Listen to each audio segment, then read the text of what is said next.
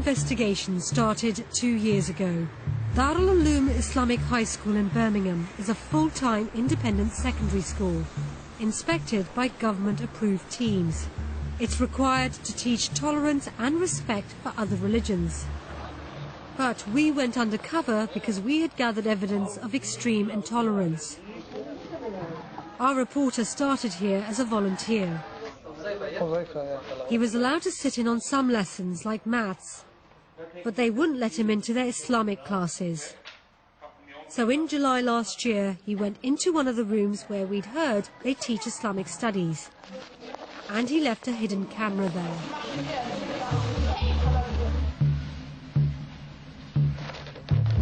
At first, our camera records exams and prayers.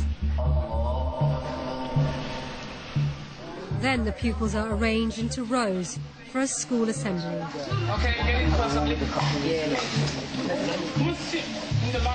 The speaker addresses all the pupils aged 11 and upwards. He starts by talking about people who worship ridiculous things. But there are some people in the world who decide not to use the intellect. They are happy worshipping idols, just worship the cows. It's Hindus, isn't it? This is how he describes Hindu religious practices. If we choose to worship such ridiculous things, a cow. Now, how can anyone worship a cow? First thing he does is he rides that cow, he sits on the cow, his God, he sits on his God, and at times he needs to clean for his God. At times God steps over him. At times God goes to sleep. At times he eats God is hungry.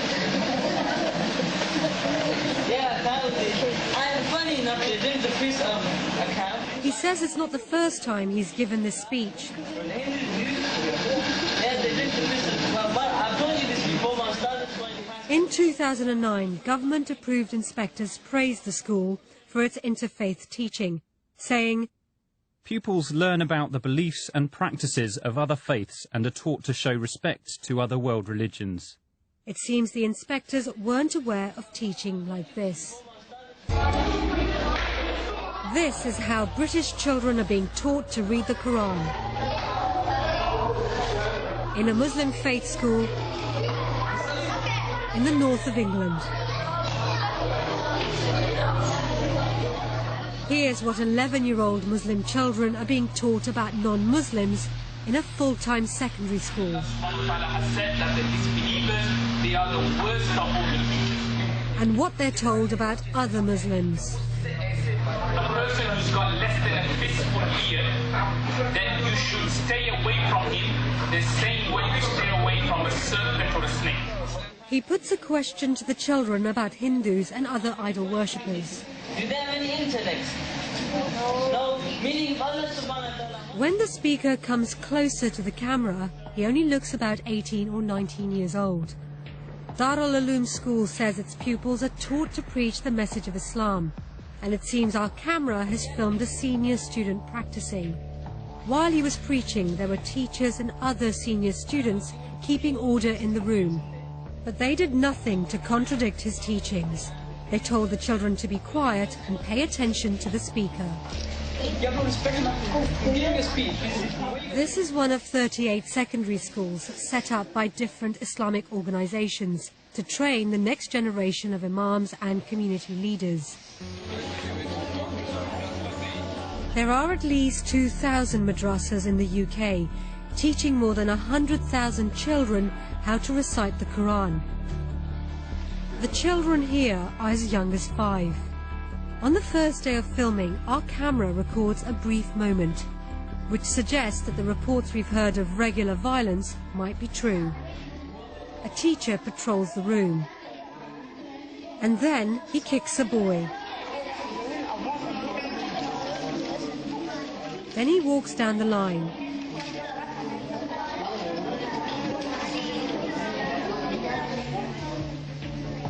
That was all we managed to film in the summer, and both schools broke up for the holidays.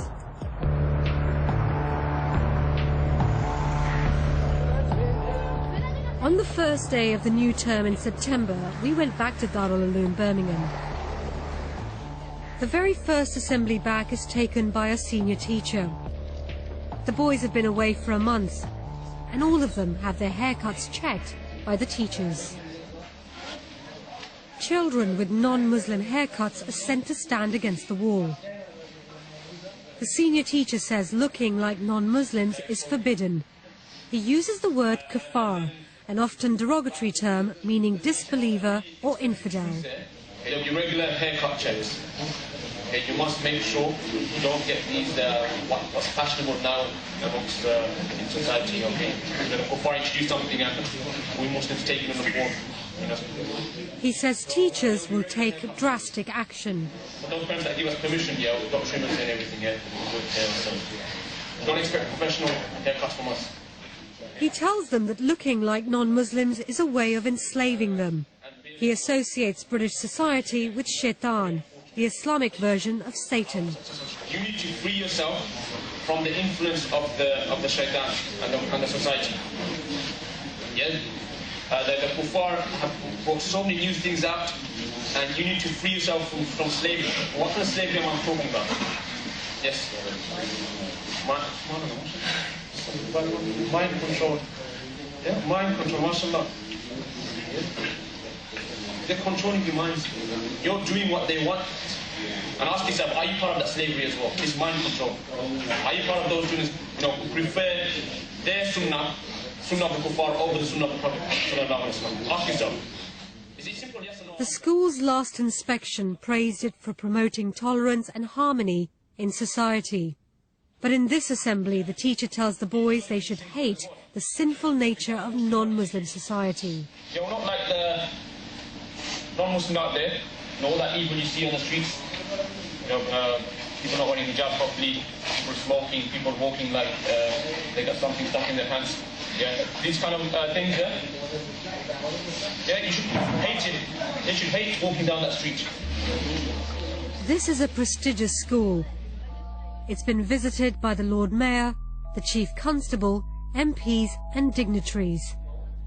The school says it has a community involvement program to prepare students for outside life. We are going into full-scale social segregation and separation. And unless we tackle this now, we will reap the whirlwind. What did you think about the repeated use of kafar? Never would a kafir enter Jannah until a camel enters the eye of a needle. It's like the N-word. It's a term of abuse, a term of censure, condemnation. Some of the teachings that we've shown you, do you think they could be described as hate teachings? There's no shadow of doubt. When you teach children that they should be intolerant of other faiths, have no respect for them, you are breeding hostility, antipathy, and animosity to others. If that's not hate,